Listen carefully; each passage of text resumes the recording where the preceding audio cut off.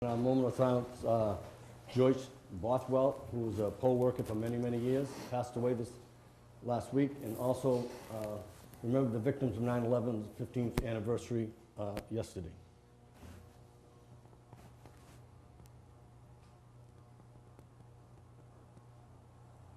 Thank you. Pledge allegiance to the flag of the United States of America and to the republic for which it stands, one nation, under God, indivisible, with liberty and justice for all.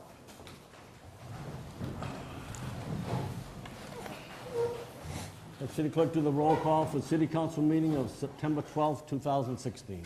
Councilor Earls. Present. Councilor Eigenman is absent. Councilor Junta. Present. Councilor Tontar. Here. Councilor Vogel. Present. Councilor Zede. Present. Councilor Cameron. Here. Councilor Connell. Present. Councilor Cronin. Present. Councilor Devlin is absent. Council President O'Brien. Here. We have a quorum, Mr. President. Thank you. Late file items?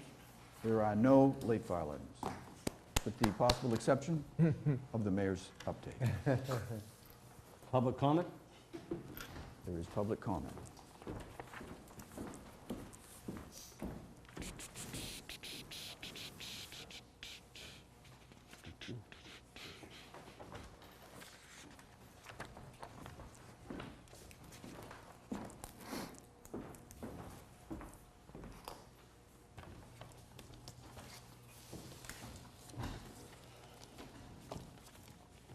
Public comment is 2 minutes. Emery Vega.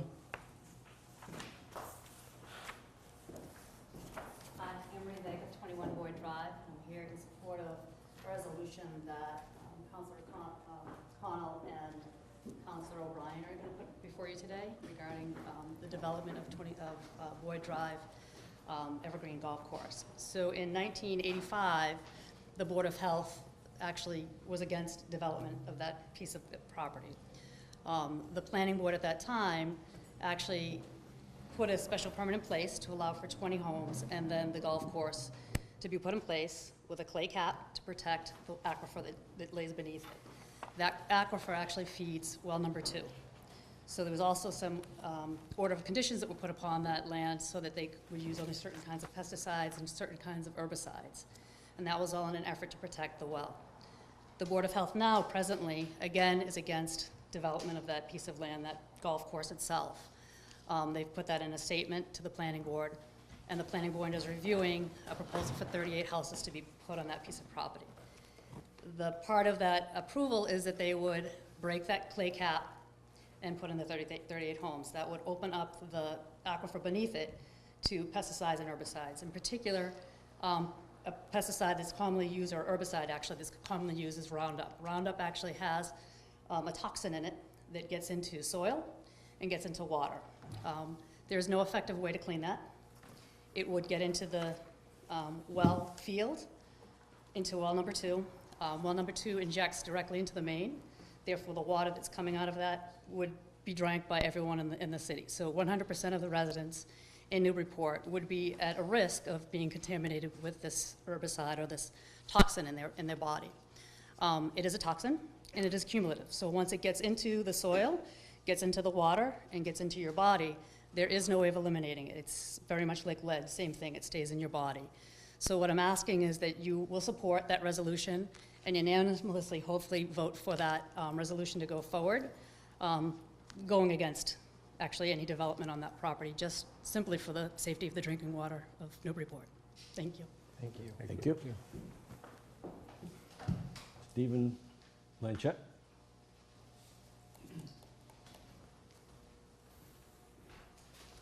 Hello, my name's Stephen Blanchett of 23 Boyd Drive.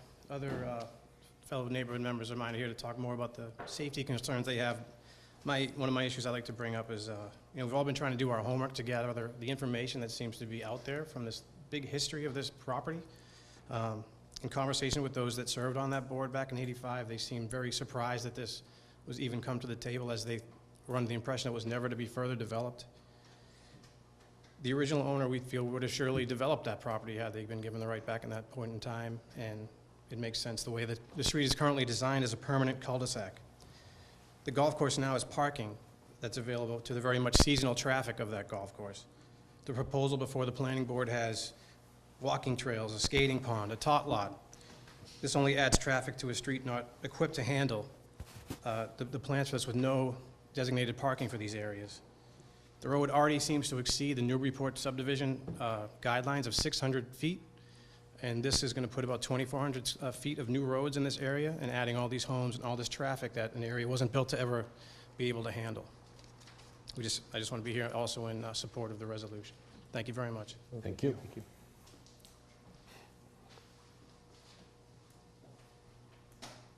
Michelle Rogers?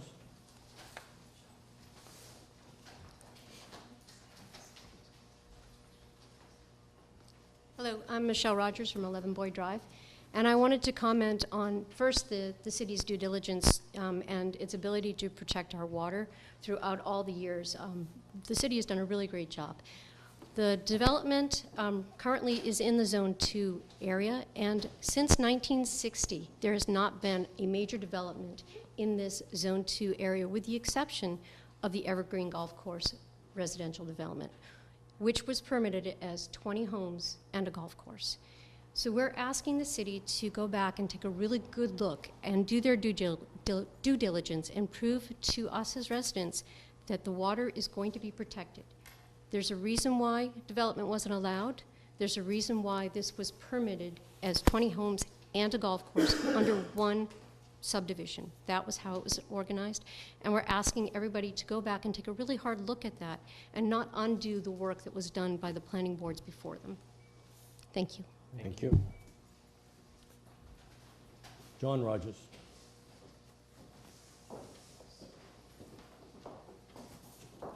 Good evening. John Rogers of 11 Boyd Drive. I was wondering if I could ask if my neighbor could speak in my turn because he didn't get here in time to sign up. You can sign up later, it's no problem. Oh, okay. No All problem. right, great. Thank you. I'm here to reiterate and support the resolution that Councilman Connell and Councilman O'Brien put forward. My biggest concern is the health issue, the safety and welfare of this community. While, yes, it is in my neighborhood, 20% of the water supply of the entire city comes from that well on the Evergreen Golf Course. And I ask in support of this resolution, and to sort of reinforce what Michelle said, is that the proper due diligence, and in fact, I would argue that the due diligence required by the planning board and the city should be held to a higher standard, given that this is a unique development. There is no other development that has been developed in this city that is on our water source. So I would ask that you support the resolution tonight. Thank you. Thank you. Peter Hatcher?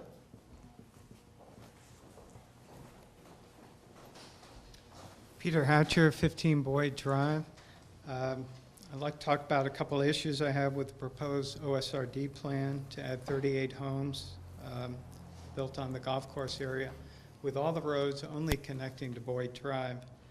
First of all, Boyd Drive is already exceeding the maximum length of a cul-de-sac as specified in the rules and regulations governing subdivision of land in Newburyport, Massachusetts. The developer plans to add an additional 2,400 feet of road to our existing cul-de-sac. So I'd like to, I believe the town is looking into the legal ramifications of that. Also, we're worried about safety with all these homes, 38 plus our 18 or 20 homes, with only one egress. We believe that we need 2 egresses so that emergency vehicles and residents can evacuate in times of emergency. We've already had problems on the street. A tree has fallen across the street. We've had a gas leak where no one could travel. We had a water main break that washed out the entire road. So we've had 3 cases already that I know of where people could not pass through the one road. So I would, if this development goes forward, I would push for 2 egresses. Thank you. Thank you. Michael Lee? Michael Lee, 1 Boyd Drive. I'm here also to support the resolution. I've lived in Newburyport and on Boyd Drive for 24 years, so I was one of the original residents of the development. And we were told when we moved in that the reason the golf course was there was that the city required the open space, and that would remain open space into perpetuity. There are other issues relating to the city's master plan in this development.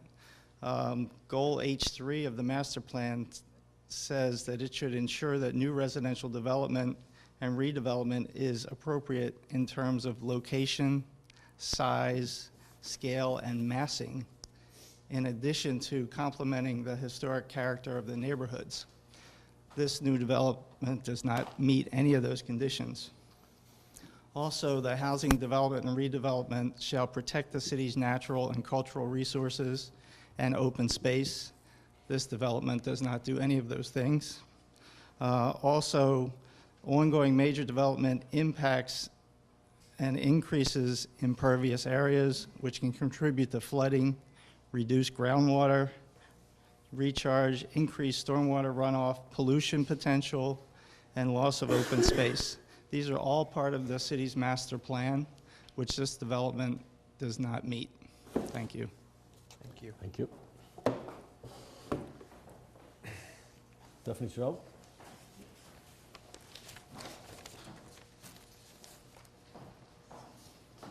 Hi, I'm Stephanie Strout. I am a resident on Boyd Drive for 26 years now, and I'm here to support the resolution as well. I guess what I really want to reiterate is putting some numbers into perspective on the landfill that was brought in there in 1985. There is documentation that the original developers who owned the gravel pit, when they were removing the gravel out of there, went 6 feet too deep in that area in the golf course and hit the water table at that time. Before he could actually develop that street and put the golf course in there, he had to bring in 6 feet of gravel that was supposed to be monitored according to the EPA conditions when that was being brought in, and the city was supposed to be monitoring what was being brought in there. So that's 37 to 38 acres of land in there at 6 feet. If you really look at those numbers, they're really astronomical. You're looking at 1,628,000 square feet of property, which comes out to 9,768 cubic feet, or 361,777 cubic yards.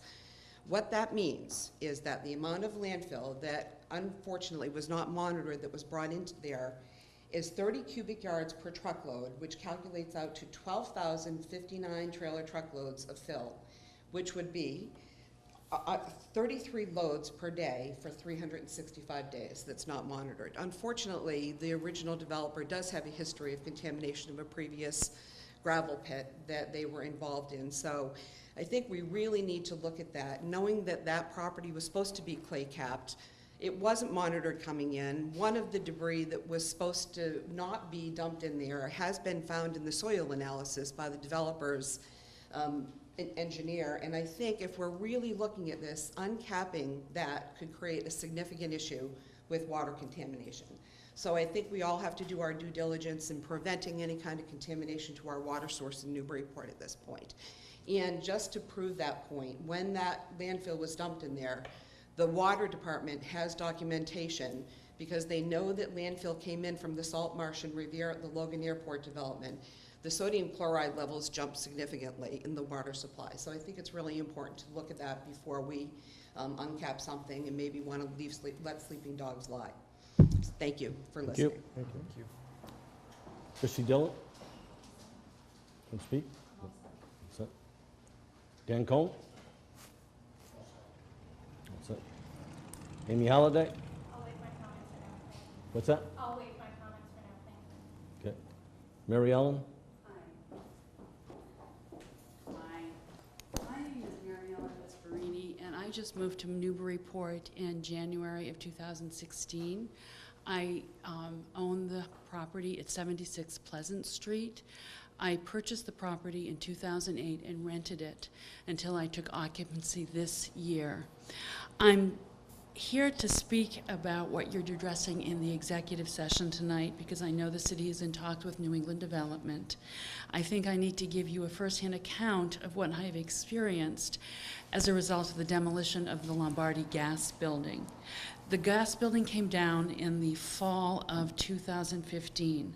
We couldn't anticipate how it would impact the property which abuts on the lot owned by New England Development.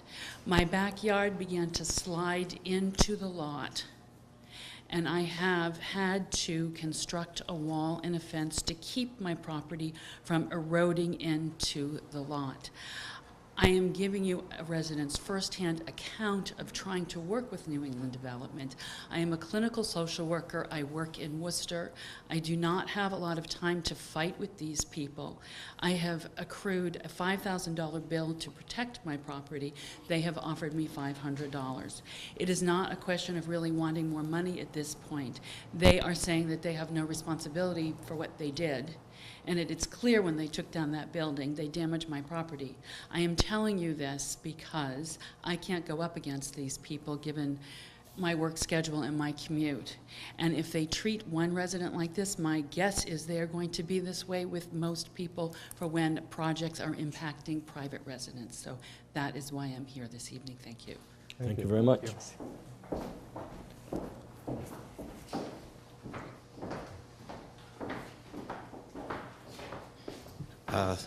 Thank you for taking my comments. I know I got here. Name again, so we can have for the record. Oh, sure. My name is Buck Wu.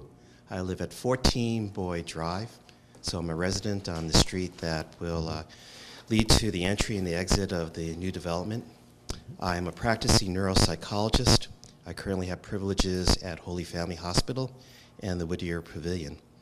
I'm very aware of the risks involved with contamination of that water well.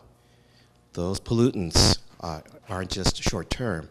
They accumulate in the body and cause long-term problems to pregnant women, infants, adults, and older adults in particular. My research when I was younger was in Alzheimer's disease. Many of the symptoms of that disease actually turned out to be due to neurotoxins in the environment. We know a lot more about them now than we did before, and we know about the cumulative effects that occur to the human body. I've been in touch with other folks. We know that there are carcinogens involved with pesticides and herbicides that can be used on lawns, that can leach into the waterway. I can only believe that adding 38 homes, breaking through a protective clay cap, will put the city of Newburyport at risk. Thank you. Thank you. Anyone else that came late on the talk?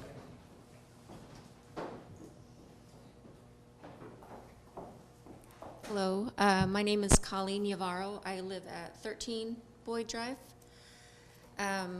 I just moved to Newburyport in November of 2015, so I'm the newbie of the street. I'm a practicing oncologist at York Hospital.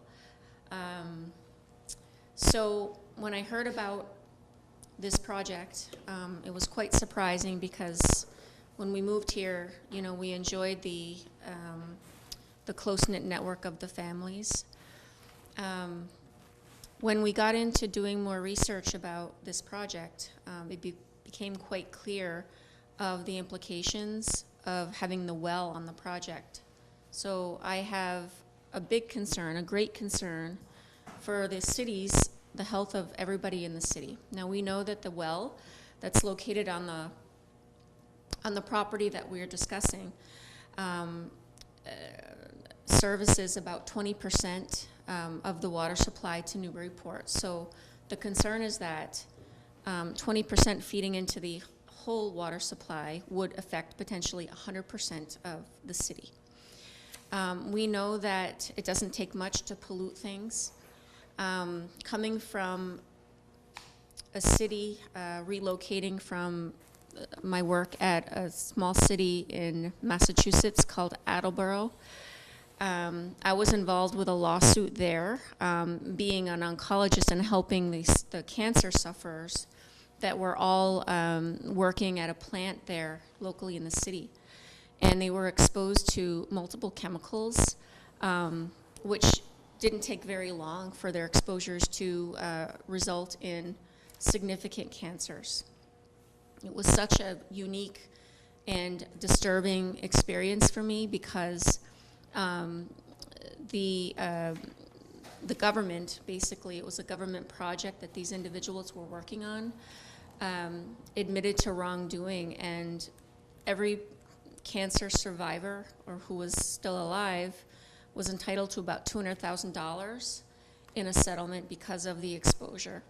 I worked there for 5 or 6 years before I relocated up here, and it was very disturbing. And my big fear, maybe I am biased, but my big fear is having a similar thing happen here in the city, where we have the potential of the exposure and the pollution of the well, which is very important to our city and their health. So I just want to express my grave concern about any disruption to this land and what it could potentially do very easily to the well and the water. Thank you. Thank you. Thank you. Thank you. Anyone else came late?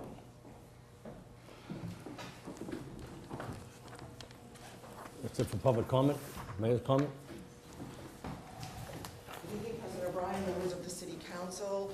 We've had a very busy 2 weeks since our last meeting. I would first like to mention the Fishermen's Memorial Rededication Ceremony that happened on September 5th. Our community gathered for a beautiful ceremony on the 20th anniversary of the loss of the Heatherland II, a Newburyport-based fishing boat where 3 fishermen aboard, Captain Jeffrey Hutchins of Byfield, Captain Foster of Rye, New Hampshire, and John Michael Lowther of Newburyport were lost. We also recognized the loss of the Lady Luck that sank off of Portland in '07 and remembered Captain Cohn of North Andover and Daniel Miller of Northampton. A special thanks to Kate Yeoman, who helped organize this wonderful event for the families of those that were lost in our community. Opening day of school went fairly well, and things were going fairly well up until last Friday. And that's when the construction on 113 at Tropic Star at the corner of Low and 113 caused tremendous impact to teachers, school buses, families trying to drop off children. So with conversations with Mass DOT, Paul Stedman in particular, we were able to delay construction time till 9 a.m. and my understanding things went much more smoothly this morning and everyone arrived on time. We do have additional phase that involves lane closures and finished paving and line painting, and we met today and hope to be talking to Mass DOT tomorrow about options so that it doesn't impact school. Would draw your attention to an article that was printed in the Current. You have the link in your update. That was a really wonderful, positive article talking about the changes going forward in our schools. On Wednesday morning, September 14th at 9 o'clock, the city is receiving our CHIP certification, which is the equivalent of LEED certification for energy efficiencies, which is what we incorporated into the build-out of the Bresnahan School. And I invite you all to join us if you're available for us to receive this CHIP certification. That actually translated into 5 additional percentage points that helped with the Mass School Building Authority funding of the project. 98 State Street, or as better known as the Harris Street parking lot. As you know, we issued an RFP for concepts. We received 2, and our committee reviewed those concepts, found them to be fairly unresponsive, and decided that at this point it's in the best interest of all to withdraw the RFP. On September 7th, the North Shore Chamber held its regional annual State of the Region breakfast with the mayors of Essex County and the Danvers Town Manager. And I've listed for you some of the economic development principles and ideals that were promulgated at that meeting for you to take a look at. Wastewater treatment facility. Last Thursday night, we had probably close to 90 residents here to listen to the general operations of the plant, all of the upgrades, the new equipment, facility that was developed during the first 2 phases of that. We are now entering phase 3 for odor controls, and information was presented by environmental partners on the ductwork, the chemical feeds, the biofilter with the engineered media that we've been looking at in Dover, New Hampshire, and Concord, New Hampshire, as well as the covers for the clarifiers. I thought it was a wonderful meeting. I thank all the counselors who were there. I believe the people who left that meeting felt heard. We addressed every question they possibly had, and unfortunately in today's paper they talked about that we won't be starting the project for a year. That is absolutely incorrect information. One more time, it will not be another year. The project is to be completed early May, if not sooner. So, just in terms of correcting that statement. We will be posting weekly updates, have already started posting weekly updates on the city website.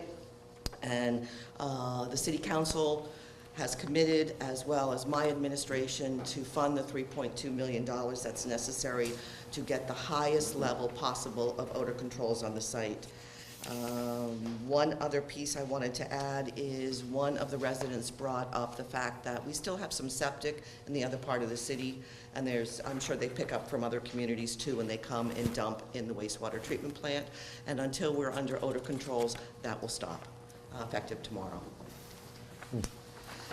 Last Friday, the annual meeting of the Mayor Gaydon Morrill Charitable Foundation was held at the Senior Community Center. Each year, they give us a number in terms of what the foundation is able to fund for beautification projects in the city.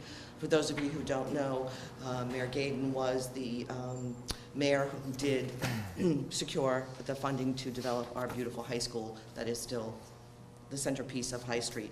And so they have those proposals before them, and they will be making decisions over the next couple of months, and of course that will come back to your council for your review. The Boyd Drive Evergreen Course Development. You heard from all the residents. This past Saturday, I had a very informative and productive meeting with a group of residents on Boyd Drive. What struck me was the amount of research and information that these residents have compiled. This is not a NIMBY situation at all. These are residents that have done a tremendous amount of research, residents who have observed what has happened on this site previously, and they really have not had the opportunity to have a lot of their questions and concerns and issues addressed. I have asked the planning director through the planning board, as well as this subdivision planning and development of the city council, the Conservation Commission, and the Water Department to hold a public hearing so these residents can stand up in public with ample time without being cut off because of the agenda of a planning board meeting, to be able to present all of the issues that they have, and we can come up with plans to be able to address these issues, particularly what we've learned about water and this clay cap.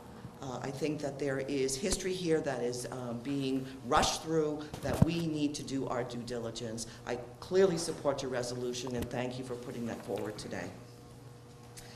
9/11 events. A beautiful ceremony, interfaith ceremony, was held in Amesbury with our chief, our marshal, and other first responders attended. And then, of course, our Field of Honor was a beautiful ceremony after that, where we honored not only first responders and victims of 9/11, but the theme this year was the Vietnam War.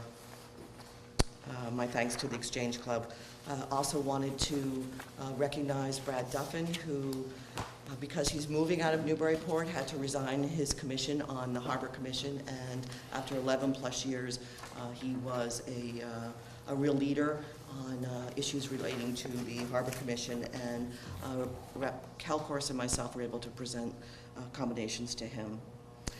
Information is there below that on Bridgewater Picture Finance, who will be here for a shoot for 2 days this week. This is very exciting. We have been trying to get on the map for people to come and do movies in the city, and this is on Chappaquiddick, so it's very exciting that we're finally having some interest in our community, and have worked with the police department, and my thanks to Lois Honegger, who's been really active as the coordinator of our arts and culture to bring this here. A few other events to speak about. Tomorrow night at 6:30 is the second meeting of the Revenue Task Force. Again, our task with that particular group is to find that $1.5 million gap that we're faced every year in the operating budget for our schools. On September 14th, UFP Tech at 100 Hale Street at 2:30 in the afternoon. Well, this is the old Cabot site. We're very excited that Georgetown consolidated their resources and moved to our city, and I invite all to come for that open house. September 15th, we need to fill the middle school. This is a free, wonderful concert by the United States Coast Guard Band. I would appreciate all of you attending and bringing family and friends.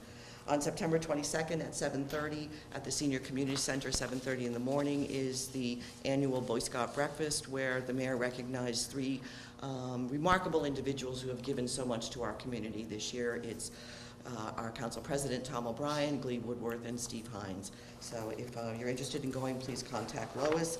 And finally, I just wanted to let you know that I'm very encouraged. You know that the license agreement for the wine property, which gave us access to center field, that we built this beautiful new baseball field that we promised after we took the field to build the new school.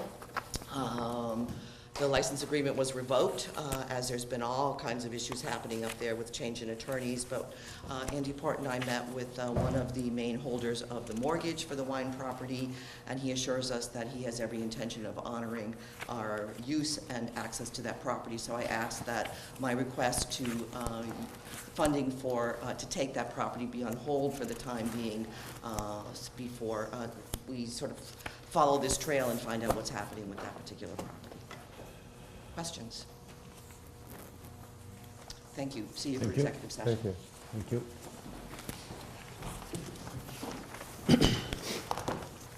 Move on to consent agenda. The consent agenda this evening consists simply of the approval of the minutes for the last meeting, August 29th.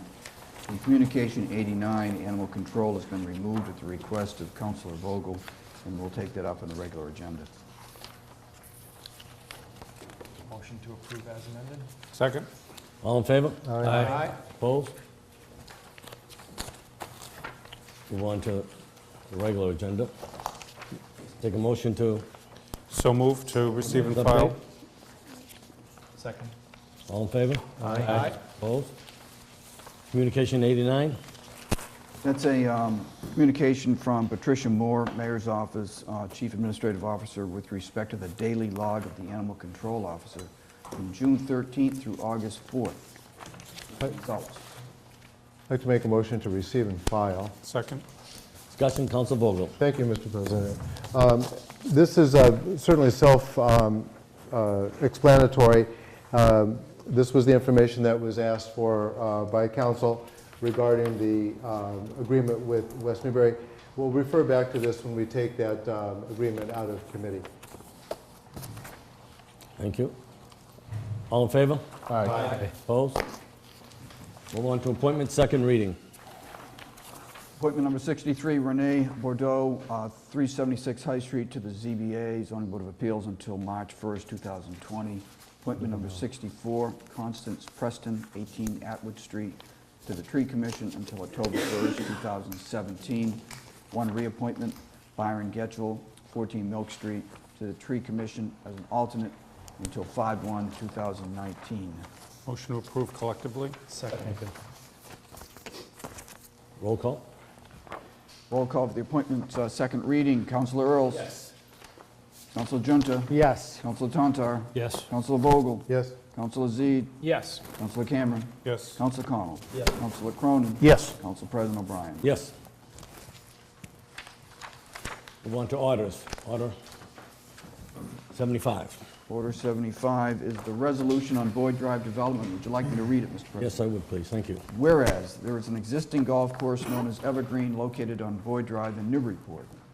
Whereas there is an application for open space residential development on said golf course to be known as Evergreen Commons LLC, and seeking permits for 38 single-family homes, nearly tripling the number of homes in the neighborhood. And whereas this development is proximate to Newburyport Water Well Number 2 and poses a significant public health and safety risk to the citizens of the city of Newburyport. And whereas pesticide runoff from residential developments poses a risk to drinking water supplies that cannot reasonably be monitored nor controlled. And whereas there are 20 families that currently live on Boyd Drive and a large number of families on Laurel Road who will be substantially affected by undue traffic congestion and concerns for pedestrian safety. Whereas the City of Newburyport in 1984 deliberately permitted development of only 21 homes on Boyd Drive in order to protect the city's well field and reduce traffic and safety impacts. Now therefore, the Newburyport City Council declares its opposition to the proposed development at the Evergreen Valley Golf Course, known as Evergreen Commons LLC, and its application for open space residential development, and hereby instructs the city clerk to send a copy of this resolution to the Newburyport Planning Board, the Water and Sewer Commission, the Board of Health, State Representative Kelcourse, Senator Ives, the Commissioner of the Department of Environmental Protection, and Governor Charles Baker. Jointly submitted, Councilors Connell, O'Brien, Cameron, Junta, and Cronin. Mr. President, I move that this matter be referred to the Committee on Neighborhood and City Services. And Public Utilities. And Public Utilities, thank you. Is there a second? Is there a second? Second. Any discussion? All in favor? Aye. Opposed? So it's been referred to Public Utilities and Neighborhood and City Development. City Services, excuse me. Order 76. That the City Council of the City of Newburyport approves the Mayor's fiscal year 2017 supplemental budget request number 1 in the total amount of $12,532.88. Submitted, Councilor Charles Tontar. Motion to refer to Budget and Finance. Second. Discussion? All in favor? Aye. Opposed? Order 77. Order 77, City Council of the City of Newburyport hereby orders pursuant to 13-166 that Daniel Lucy Way has the following restriction on the easterly side from Story Avenue for a distance of 1,060 feet. There shall be no parking during athletic events at the Cherry Hill Soccer Field. And from Curzon Mill Road for a distance of 475 feet, there shall be no parking during athletic events at Maudsley State Park. Submitted, Councilor O'Brien. Motion to refer to Public Safety. Second. All in favor? Aye. Opposed? Thank you. Ordinances? Ordinance 16, Chapter 2, Administration, Article 6 on Finance, Section 2-393, Establishment of the Plum Island Utility Fund. Excuse me. They're going to establish a fund known as the Plum Island Water Sewer Utility Fund. It shall consist of Newburyport's share of proceeds from settlement agreement between the Commonwealth of Massachusetts and CDM Smith, Inc. City hereby establishes this fund under the provisions of paragraph 2, section 3 of the settlement agreement. Accordingly, the fund shall only be used to pay costs and expenses arising from or related to the project. That's the Plum Island Water and Sewer Project, including but not limited to repair, modification, improvements, or optimization of the project, and reimbursement of the city's insurers, including Maya Property and Casualty Group, on terms arranged by the City of Newburyport. D, appropriations for this fund shall be made only with the approval of 2/3 of the vote of this body. And 3, section is adopted pursuant to 5B of Chapter 40. Submitted, Charles Tontar. Motion to refer to Budget and Finance. Second. Discussion? I was wondering if you would accept a friendly amendment to add public utilities as well, kindly. Not a problem. Thank you. Agreed. Any discussion? All in favor? Aye. Opposed? Move on to committee items. Budget and Finance. Motion to remove Communications 63. Second. 13, no, wait a minute, I got the wrong one. 88. All in favor? Motion to remove Communication 88. Second. All in favor? Aye. Opposed? Go ahead. Motion to receive and file. Second. Discussion? No. Go ahead. This is the year-end financial report. So in a way, it's puts closure to the fiscal year 16 budget. In another sense, it's also really the beginning of the fiscal year 18 budget process, to the sense that we can review how we did in fiscal year 16. Generally speaking, almost across the board, both in terms of expenditures, departments stayed within and some a bit below the spending that we passed in the budget. Some of the revenue was greater than we had budgeted for, but what the city is conservative in making our revenue projections. And so on the level of, in general funds, we have about $684,270 that was not spent. In terms of revenue, we have an additional $764,508. In addition, there are surpluses in the water fund and the harbor master fund that will go to retained earnings. So that will add about $1.4 million to our free cash.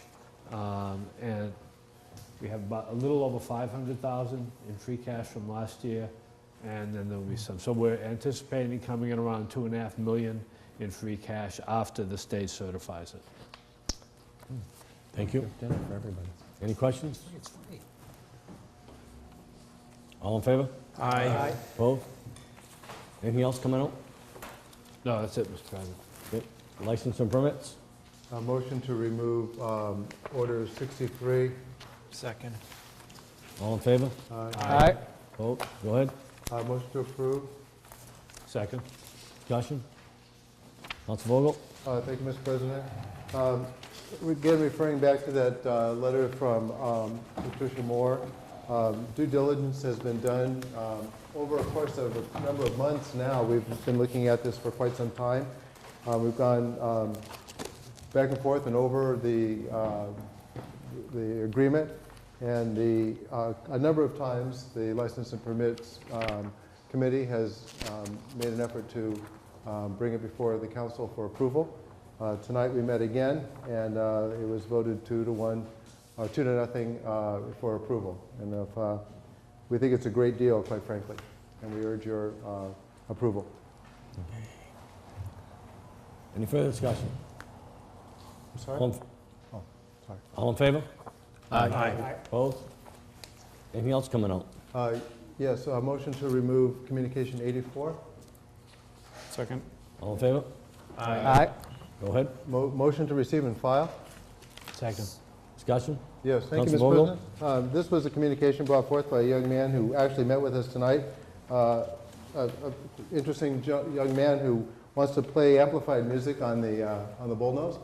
And the reason that we're receiving and filing it, of course, is that because there's the effort to change the law would require a little bit more than just meeting in committee. So the Councilor Earls and I, along with the assistance of the young man who brought this forward, are going to do a little bit of research, see if we can come to some understanding as to exactly why the law is in place, that there is no amplified music out there, when indeed sometimes music played by an acoustic guitar could be louder, and there certainly are drums and other things. So we're going to do a little bit of research, and we'll get back to you.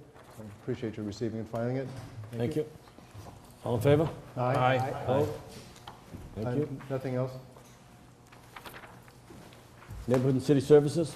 Yes, Mr. President, I move that we remove Communication 81 from committee. Second. All in favor? Aye. Aye. Go ahead.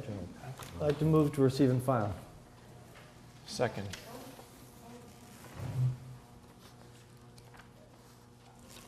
Discussion? Very briefly, we held a meeting here on the 6th of the month to discuss the dispute. It's a neighborhood dispute. It's probably best referred to the building commissioner and the code enforcement officer for consideration. There'll be no further action by the committee on this matter. Is this in the packet? Not mine. I don't see it. No, I didn't see it either. Fair enough. I'll hold it. You can hold it to the next meeting? Yes, I withdraw my motion. Thank you. Do I have a second? Second. Motion to draw, we'll discuss the next meeting. Okay, planning and development. Yeah, we all did.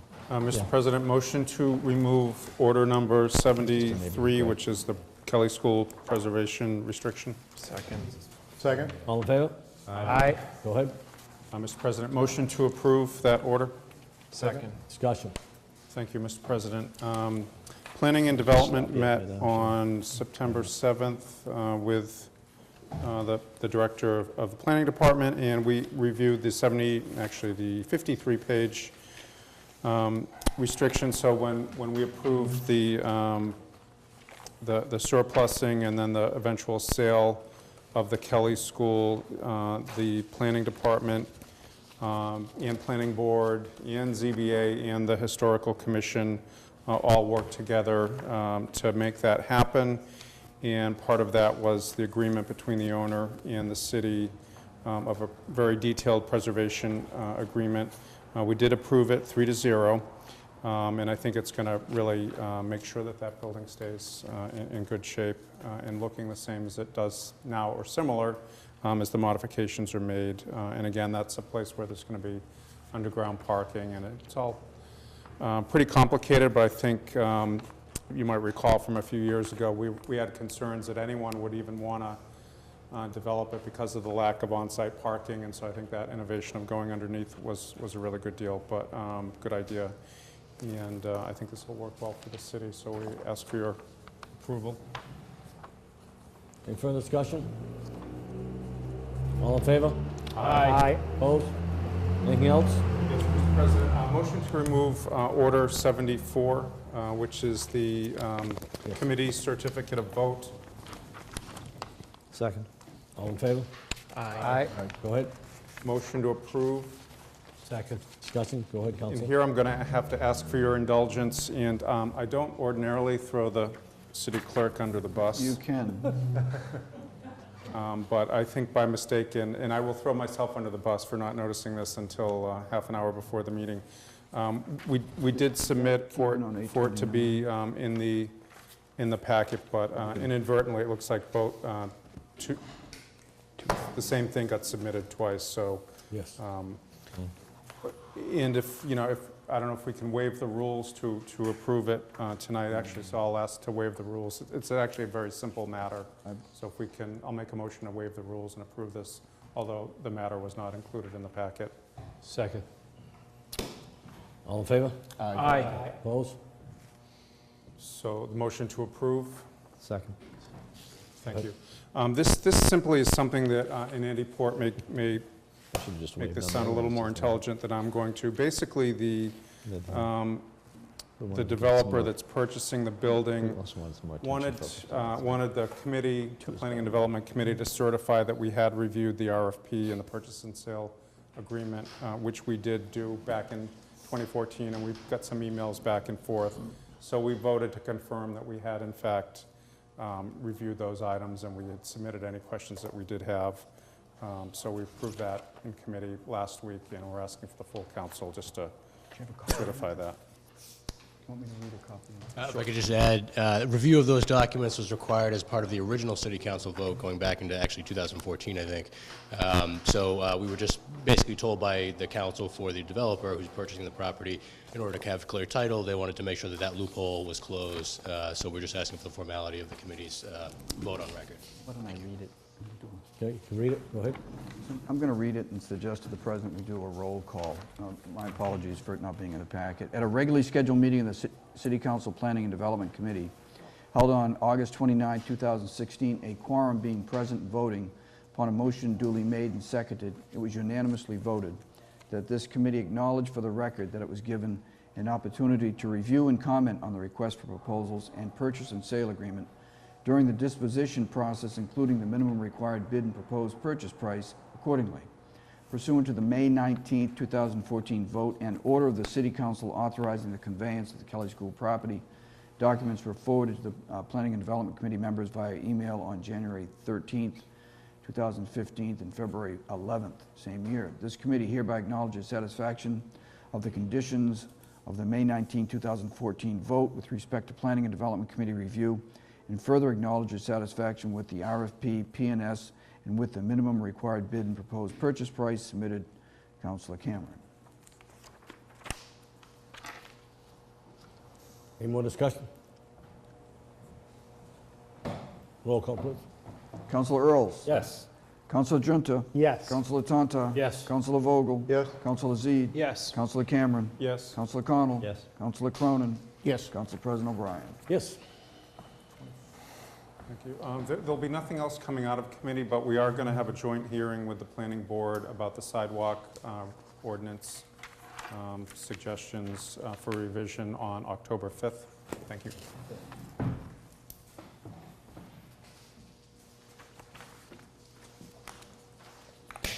Public safety. Yes, Mr. President. Motion to remove communication number 85, Walk for Kenyon Girls Ed. Second. All in favor? Aye. Go ahead. Motion to approve. Second. This is a very, very small walk. It goes from the Bellevue Church down to Broad Street, down to Cashman, and back to the church. There's probably going to be about 25 people. They have all their paperwork in order. It was 2-0 in committee. All in favor? Aye. Opposed? Go ahead. Motion to remove communication 86. Second. Motion to approve. Second. Discussion? Any discussion? Oh, we didn't vote to remove. We did not vote to remove. It was a quick one, we said yes. All in favor? Aye. You want to vote no once? Huh? Go ahead, I don't care. Oh, thank you. We voted, you just didn't hear us, that's what it was. It's entirely possible.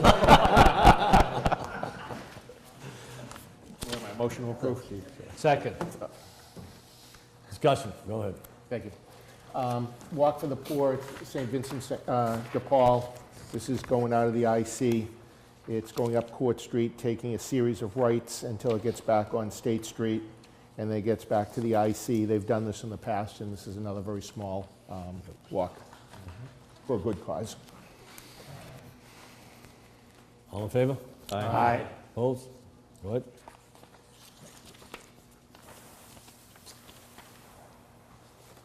Motion to remove Order 69. Second. Hancock Street, Chestnut Street parking restriction. Yes. All in favor? Aye. Opposed? Go ahead. Motion to approve. Second. Discussion? Go ahead. This was sponsored by Councilor Cronin, but it's in my ward, so I'll speak to it briefly. The reason for these parking restrictions is directly related to the rail trail. I spent some time with Jordy Vining out on site. He's spoken to a number of the neighbors. This is the area of the trail on Chestnut and Hancock where the trail goes down and then comes back up to street level. And this was established a no parking zone right where the crosswalk will be that will allow people to cross the street. Without it, you'd essentially have folks coming out in between two cars. In this case, we have a rare situation where this has already been in effect under sort of construction auspices already, so it's actually sort of been tested.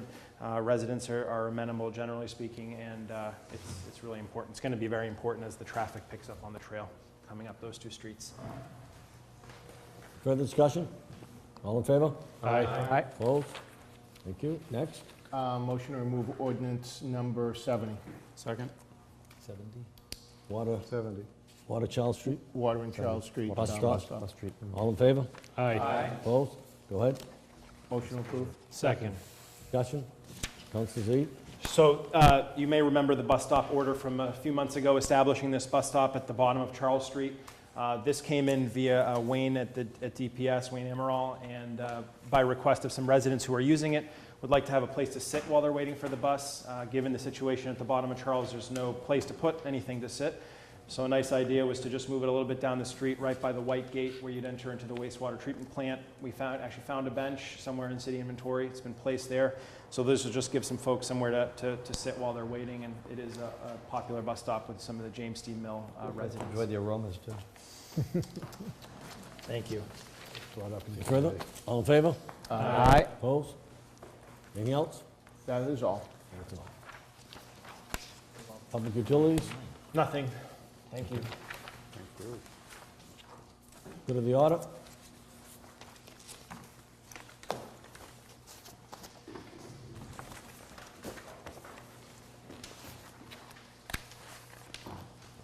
I'll I'll take a motion to go in executive session for the purpose of considering the purchase or taking of real estate. So move. Second. And we will not be coming back into session. Roll call, please. Counselor Earls. Yes. Counselor Junta. Yes. Counselor Tonto. Yes. Counselor Vogel. Yes. Counselor Zede. Yes. Counselor Cameron. Yes. Counselor Connell. Yes. Counselor Cronin. Yes. Counselor O'Brien. Yes. I guess.